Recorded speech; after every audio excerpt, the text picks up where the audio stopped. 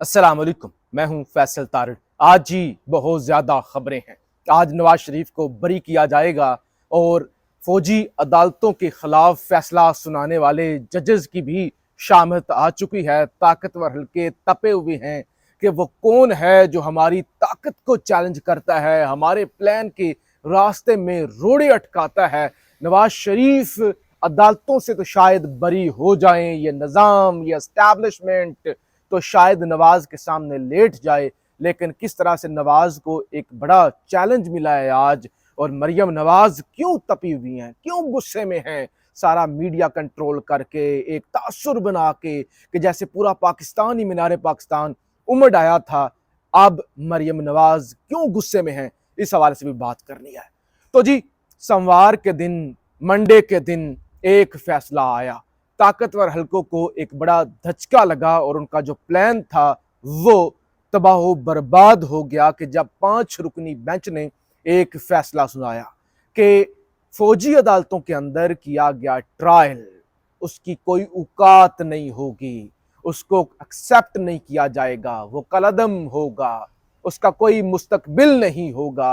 अब उसके बाद जनाब हुआ क्या है, काजी फायज ईसा साहब, अपने आप को जमहूरियत का अलमबरदार कहने वाले, आइन का अलमबरदार कहने वाले, उन्होंने सुप्रीम जुडिशल काउंसिल का इजलास तलब किया है।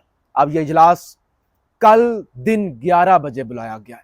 इसके अंदर होगा क्या, वो जजेस जिनके खिलाफ शिकायत हैं उनको, उनके खिलाफ कार्रवाई की जाएगी। या तो जो शिकायत हैं वो ख़त्म कर दी जाएंगी, वो मुअत्तल हो जाएगा सारा मामला, या फिर उनके खिलाफ जो कार्रवाई है वो आगे बढ़ाई जाएगी और सुप्रीम जुडिशल काउंसिल किसी जज को ओहदे से हटा भी सकती है। और इस सिलसिले में जिन पर सबसे ज्यादा इल्जामात लगे हुए हैं वो हैं जस्टिस मुज़ाहिर अली अकबर नकवी। जस्टिस मुज़ाहिर अली अकबर नकवी वही जज हैं जिनको बंदियाल ग्रुप का बड़ा वकरीब समझा जाता था कि बंदियाल साहब जो भी बेंच बनाते थे तो मुज़ाहिर अली अकबर नकवी साहब को उस बेंच के अंदर वो रखते थे। इसके साथ साथ जो 5 रुकनी बेंच जिन्होंने फैसला दिया था फौजी अदालतों के खिलाफ, उसके अंदर भी मुज़ाहिर अली अकबर नकवी ने फौजी अदालतों के खिलाफ फैसला लिखा, फौजी अदालतों के खिलाफ फैसला दिया। और उस फैसला आने के बाद मैंने आपको बताया था ये बहुत बड़ा झटका है ताकतवरों के लिए, बहुत बड़ा झटका जी। होश उड़े हुए हैं, सारे प्लान का बेड़ा गर्क हो गया है और अब प्लान बी और प्लान सी तैयार किया जा रहा है। किसी तरह से मलिक रियाज को तैयार करके, मिन्नत तरला करके इमरान खान को किसी ना किसी और केस के अंदर फंसाया जाए, क्योंकि साइफर केस की कोई हकीकत नहीं है। जिस दिन भी साफ और शफाफ ट्रायल हो गया, मेरिट पर ट्रायल हुआ, तो ये तो नहीं बनेगा ना, क्योंकि वजीर आजम था इमरान खान उस वक्त जब साइफर, मुबैना साइफर लहराया था, वो जो एक पेज था या उस पर बात की थी। वजीर आजम का इस्तेकाक होता है, वजीर आजम डिसाइड करता है कि क्या सीक्रेट है, क्या सीक्रेट नहीं है।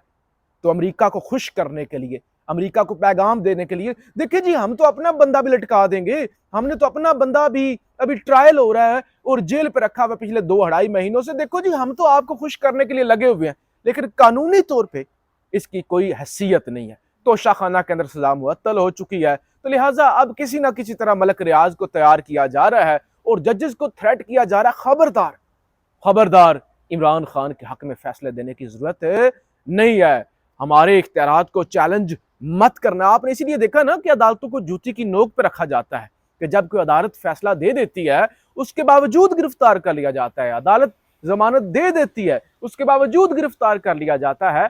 तो ये बेसिकली जो सुप्रीम जुडिशल काउंसिल का इजलास है कल, इसके अंदर क्या होता है, क्या ताकतवरों की चलती है, क्या उन जजेस को सजा सुनाई जाती है जो जो इस वक्त ताकतवर हलकों के लिए चैलेंज बने हुए हैं। तो ये एक बड़ी अहम चीज होगी। दूसरे नंबर पे जी, मरियम नवाज बड़ी गुस्से में है, बड़ी तपी हुई है।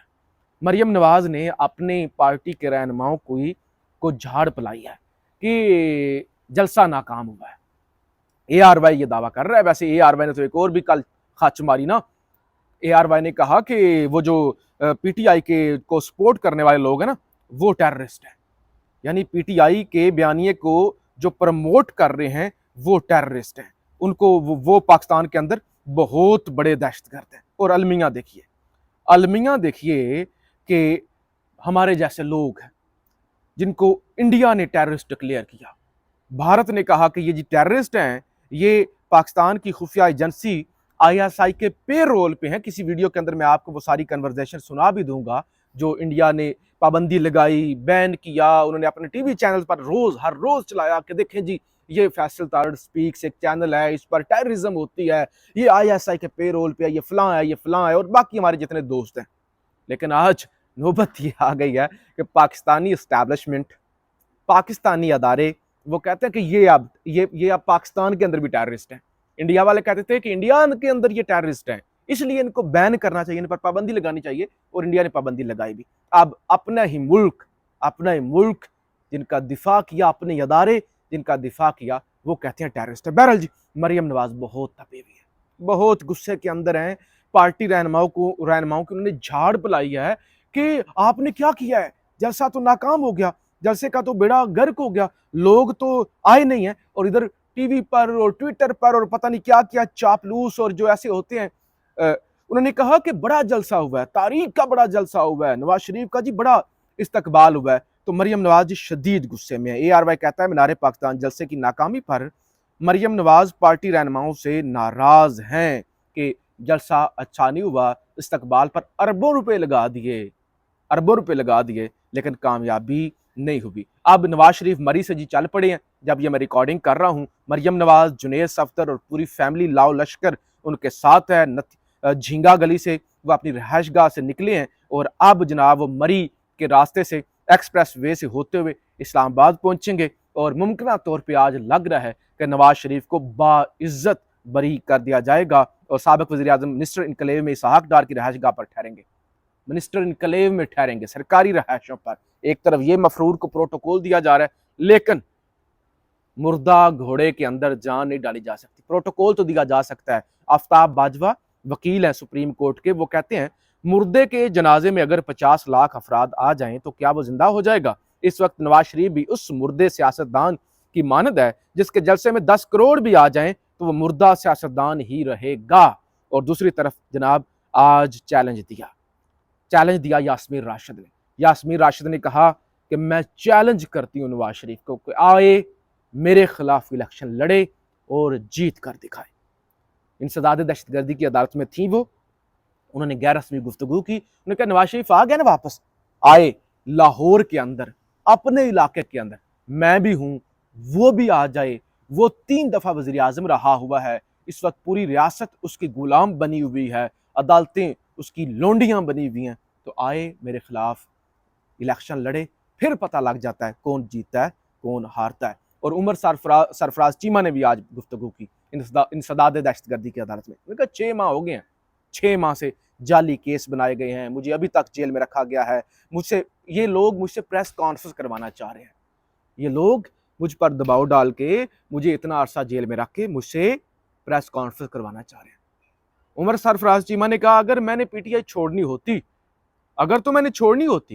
तो मैं छोड़ चुका होता, मैं इतना अरसा जेल क्यों बर्दाश्त करता, तो लिहाजा हम PTI नहीं छोड़ेंगे। अब जहां 6 महीने मुश्किलात बर्दाश्त कर लिए और भी बर्दाश्त कर लेंगे, लेकिन PTI नहीं छोड़ेंगे। चेयरमैन PTI को पार्टी ओहदे से हटाने के हवाले से भी आज इलेक्शन कमीशन के अंदर एक भोंडी सी समाअत हुई, वकील बैरिस्टर गौर पेश हुए और 9 नवंबर तक अब कार्रवाई मुलतवी की गई है। और वकील ने कहा कि इस तरह का केस तो आप पहले भी एक दफ़ा फैसला दे चुके हैं और इमरान खान को पार्टी ओहदे से नहीं हटाया गया, तो आप दोबारा इस हवाले से क्यों सुन रहे हैं। और बहरहाल जी, इमरान खान को किसी न किसी तरह से ओहदे से हटाना है, और इसके सिलसिले में जो है वो कार्रवाई 9 नवंबर तक अब मुलतवी कर दी गई है। और अनवारुल हक काकड़ इलेक्शन कमीशन के अंदर एक दरखास्त गई थी कि ये जानबदार है, ये वन साइडेड है, ये बाइस्ड है, इनको ओहदों से हटाया जाए। जितने भी लोग इस वक्त काबीना के अंदर हैं, बाइस्ड हैं, नून लीग से ताल्लुक है, किसी सियासी जमात से ताल्लुक है, उनको ओहदों से हटाया जाए। और इस सिलसिले में आज जो है वो इलेक्शन कमीशन ने निगरान वज़ीर आज़म अनवारुल हक काकड़ को नोटिस जारी कर दिया है कि अगली समाअत पर आप आएँ, आप जनाब वजाहत पेश करें, और आपने जो लोग नून लीग के रखे हुए हैं इस हवाले से भी आप इलेक्शन कमीशन को सेटिस्फाई करें। तो काकड़ को नोटिस जारी हो चुका है। लेकिन क्या होगा जब कुत्ती और चोर ही मिले हुए हैं, जब सारा निज़ाम ही एक है तो फिर किसको हटाया जाएगा? ये सिर्फ वो दिखाने के लिए ये सारी कार्रवाइयाँ हो रही हैं। बहरहाल आज लगता है कि नवाज शरीफ को बरी कर दिया जाएगा। पाकिस्तानी 25 करोड़ के अवाम के मुंह पर एक और थप्पड़ मारा जाएगा और एक मफरूर, एक भगोड़े, एक इश्तिहारी को रिलीफ दे दिया जाएगा। और दूसरी तरफ वो जजेस जो हिम्मत दिखा रहे हैं, जो अच्छे फैसले कर रहे हैं, उनको भी निशाने इबरत बनाने के हवाले से कार्रवाइयों का आगाज़ हो चुका है। कल उस हवाले से भी काजी फायजी साहब क्या करते हैं, वो भी दूध का दूध और पानी का पानी आ जाएगा। और फिर जब इस फैसले को चैलेंज किया जा रहा है वफाकी हुकूमत की जानिब से, एस्टैब्लिशमेंट की जानिब से, उस पर काजी फायजी साहब क्या करते हैं, फौजी अदालतों के जो फैसलों को कलअदम किया गया है, उस हवाले से अब काजी का इम्तिहान है। असल इम्तिहान अब काजी का है। पाकिस्तानी तो इम्तिहान में है ही है, पीटीआई भी इम्तिहान में है, इस मुल्क के सहाफ़ी भी इम्तिहान में है, लेकिन अब काजी का इम्तिहान है कि अपने आप को जमहूरिया कहने वाले, आइन के अलमबरदार कहने वाले अब कैसे एस्टैब्लिशमेंट का मुकाबला करते हैं। पाकिस्तान जिंदाबाद।